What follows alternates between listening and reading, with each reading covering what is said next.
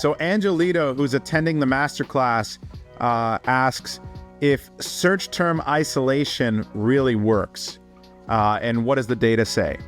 Now, Angelito, it works more than it doesn't, but not because of the fact that it's a great strategy. It's because of how poorly most people structure their campaigns normally.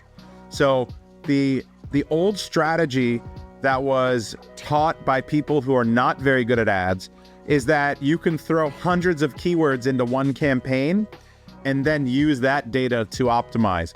The reality is Amazon is going to throttle your impressions to only the top few keywords.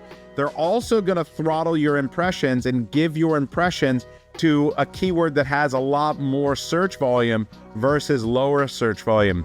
So campaign structure is crucial to make sure that you're getting impression on all of your keywords and your keywords are performing similarly. So there's a third element to this, which is you want keywords grouped together with the same root or similar roots so that they perform similarly. You don't want something that's really good, getting a lot of clicks and performing well with a high conversion rate with something that's more generic and not doing as well.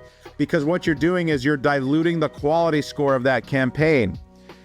PPC is really hard. There are a lot of details like this one that we go into with dozens of hours of PPC content in the inner circle. I would definitely recommend making sure you attend that class so you can learn more about how to structure your PPC campaigns to make sure that they perform as ideal as possible. This is all what we cover. Make sure you sign up below.